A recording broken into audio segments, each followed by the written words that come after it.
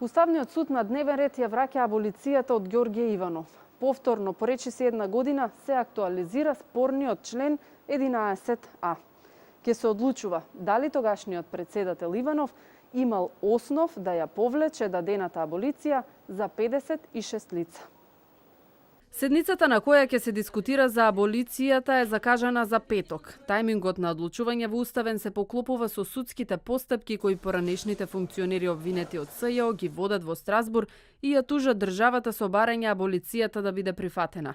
Председателот на Уставен, Сали Мурати, во телефонски разговор за телевизија 24 потврдува дека за ова ќе се дискутира на 6 ноември. Одлучувањето според него нема никаква поврзаност со судските постапки во Страсбур.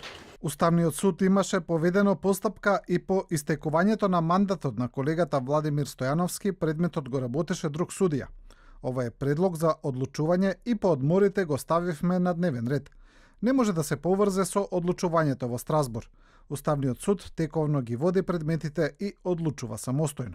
Одлуката да се дискутира по членот 11а лани ја поддржаа 6 мина судии, наспроти тројца кои беа против. И тогаш и сега. Постои можност за активирање на аболицијата доколку се поништи овој член. Поради ова судиите беа критикувани во јавноста, но и од актуелниот председател Пендаровски, кој им порача да се разбудат и дека Никола Груевски не е господар на нивните животи.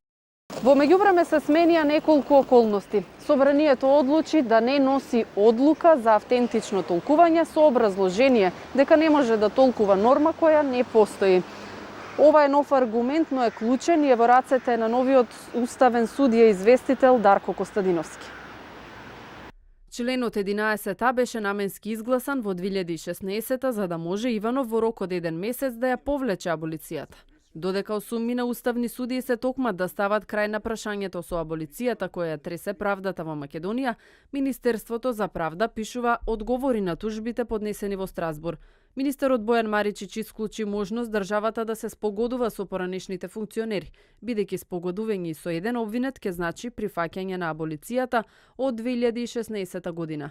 Милеја Накиевски, Гордана Јанкуловска, Никола Груевски, Сашо Мијалков се на листата тужители во Судот за човекови права во Страсбур.